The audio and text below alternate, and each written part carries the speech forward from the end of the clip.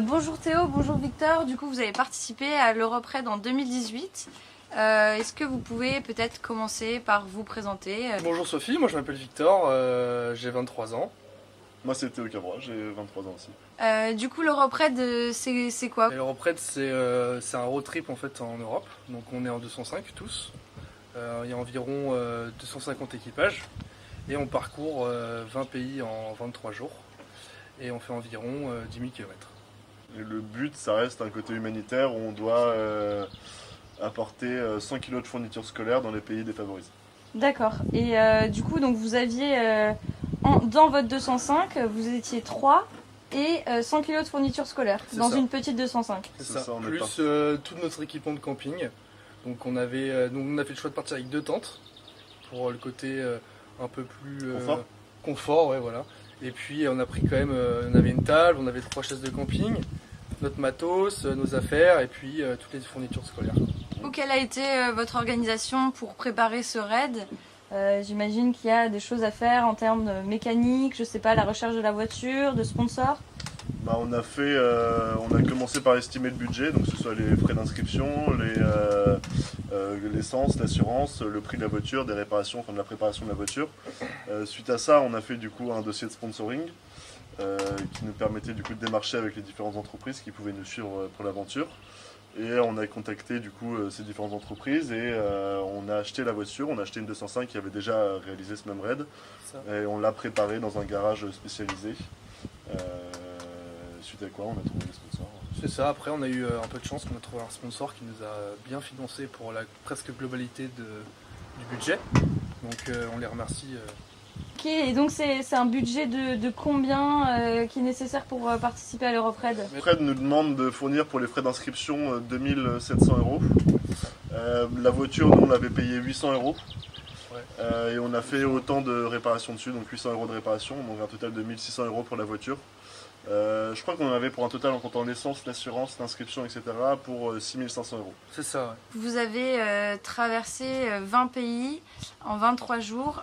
Quels sont les 20 pays? Est-ce que vous seriez capable aujourd'hui, 2 ans après l'événement, de me citer ces 20 pays dans l'ordre? On a commencé par la France, la Suisse, l'Italie, l'Autriche. C'est ça, et ensuite Slovaquie, Slovénie, Croatie, Bosnie, Albanie, Monténégro, Grèce, Roumanie, Hongrie, Bulgarie, Pologne, Allemagne, Pays-Bas, Belgique et la France. Je D'accord. crois que j'en ai pas oublié. Mais en gros, c'est ça le parcours. Comment ça se passe au niveau de l'organisation? Il y a des bivouacs, vos journées, comment vous avez organisé vos journées un petit peu pendant l'aventure? Ouais, il y a un départ, tu t'es tôt, tu t'es tôt. Ouais, en fait, on a du coup tous les jours, on a un roadbook qui nous permet de retracer le parcours qu'on va faire dans la journée. Donc, on commence par le bivouac sur lequel on est arrivé la veille.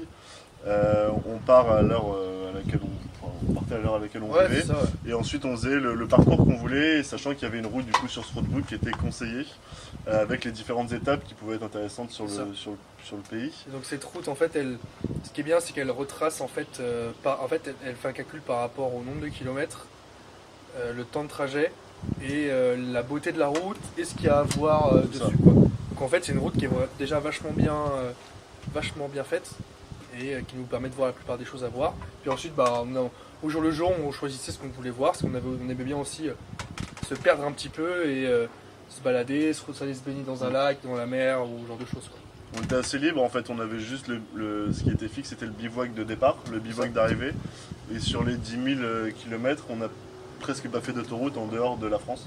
Ouais, et vu. puis un peu la Grèce, mais c'est vraiment des zones où il n'y a rien à voir, donc c'est pas gênant, quoi. C'est vraiment d'un point A à un point B pour gagner plus de temps. Au final, il n'y a rien à voir, c'est le désert et voilà. Pendant vos journées, donc vous aviez beaucoup de routes. Mais du coup, est-ce que ça a un intérêt vraiment? Est-ce que vous découvrez chacun des pays comme vous auriez aimé les découvrir? Vous avez le temps pour ça? En fait, faut plus voir ça comme une découverte des paysages de l'Europe. Donc en fait, En règle générale. ouais, en fait, ça permet surtout de découvrir des pays. C'est comme un teaser en fait, c'est-à-dire que ça nous tease les pays et ça nous donne envie de revenir, d'aller visiter les pays. Parce qu'en fait, on découvre des paysages magnifiques et on se rend compte que l'Europe c'est magnifique. Pas besoin de partir au fin fond du monde, en Australie ou en Amérique du Sud pour aller voir des paysages incroyables. Il y en a plein en Europe. On se rend pas compte. Moi, nous repense au Monténégro. Monténégro, c'est vraiment, je crois que c'est un des paysages que j'ai le plus aimé. Et c'est vraiment des paysans, et il faut pas penser que l'Europe c'est la France, quoi. On a quand même le temps d'échanger avec des locaux. Ouais. Faut aussi prendre le temps de le faire. Il y en a qui le prennent pas, il y en a qui prennent ça pour une course, pas une course.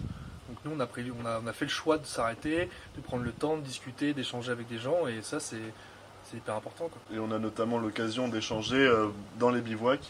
Aussi, ouais. Parce que le raid du coup organise des bivouacs où pendant les repas par exemple c'est des repas qui sont Repas locaux, quoi. des repas locaux qui sont servis par des locaux. On a des animations tous les soirs également qui sont faites par des locaux. Sur donc la culture du pays, quoi. Voilà, c'est ça, et donc c'est cool aussi de voir ça. Quel serait du coup votre pays coup de cœur, si vous en avez un? Moi je dirais Monténégro. Ouais, Monténégro, la Croatie c'est magnifique. Parce qu'on a fait la Croatie sur la côte. Donc toute la zone des Baltiques, en fait, quand on est sur la côte, c'est vraiment joli. Et on descend vraiment du creux de l'Italie jusqu'à la Grèce, donc on fait vraiment toute la côte. C'est vraiment joli. C'est vrai que les routes sont magnifiques. Il y a l'Autriche aussi. L'Autriche, magnifique, c'est un paysage Moi, je montagneux, pensais pas, et ouais. les Alpes autrichiennes, c'est vraiment différent des Alpes françaises. C'est vraiment joli, c'est vraiment sympa à voir. Et puis sinon, en termes de culture ou de ville, Cracovie, c'est vraiment joli. On avait fait le choix de visiter Cracovie. Cracovie, Berlin, faut le faire. Bruxelles aussi. Et puis après, les pays des Balkans, faut y passer, c'est joli, mais c'est surtout pour l'histoire qu'on y va, quoi. Parce que la guerre c'est assez récent, ça a 20-30 ans. Donc on a quand même vu, on voit encore les stigmates de la guerre, quoi. Et ça se voit, c'est des pays pauvres. On voit encore des charrettes, des troupeaux qui se baladent sur la route. Voilà. Mais c'est des paysans, ouais, pour le coup. Et justement, du coup, donc vous êtes allé déposer des fournitures scolaires, c'était dans ces pays-là, les pays de l'Est? Ouais, c'est ça, c'était en Albanie. Alors nous, c'était en Albanie, donc c'est des pays de l'Est, mais c'était des pays des Balkans, quoi. Et donc on a été Dans des écoles, du coup. École, ouais. Donc ça nous permettait aussi d'avoir un lien avec des enfants dans des écoles. Il y avait 3 spots de collecte. 3 ou 4, ouais, je sais plus trop. Je sais plus trop. Bulgarie, Roumanie, Hongrie, je crois aussi. Et l'Albanie qui était un des plus pauvres qu'on ait fait. Ça donne un sens aussi au voyage. Ouais. Ça donne un objectif, ça donne un sens un peu humanitaire et c'est. Ouais, puis on est vraiment avec les enfants. Les enfants nous accueillent, nous font des danses, des spectacles. Il y a eu un bel accueil. Ouais. Pour la petite occasion, nous on a fait un foot. Parce qu'on est des champions du monde, donc voilà, on était français, champions du monde, donc ils ont voulu nous faire un foot. Sympa, on échange des choses, c'est vraiment agréable. Est-ce que vous avez une petite anecdote à nous raconter de votre événement, de votre aventure?